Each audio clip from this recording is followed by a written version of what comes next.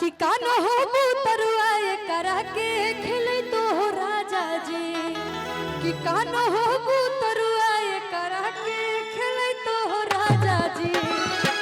और कहते हैं क्या कि गोले गोले रोटियां हमसे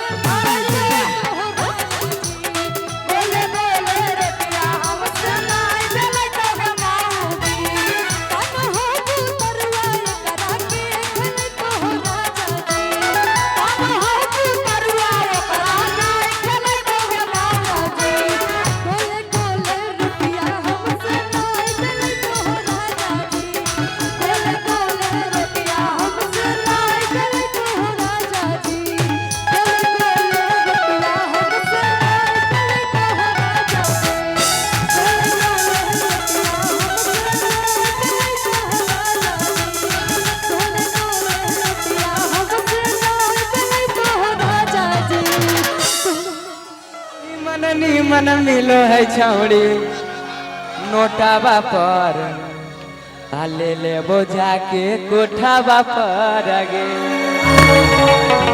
हमर सामने बोलती है कि रे छौड़ा रे बिगड़ल हौला छन तोर रोज रोज मांग भी त देबौ छोड़ तोरा से नीमन मिलो है छौड़ी।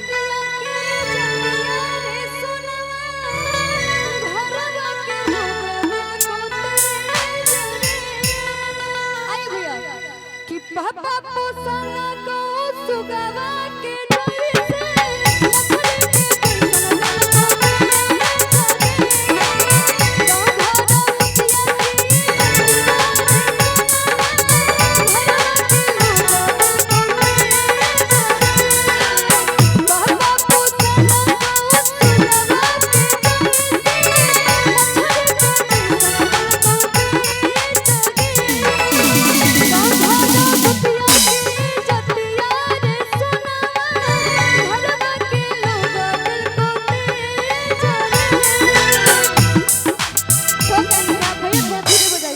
सुन लीजिए मेरा, उसके बाद हो जाइएगा।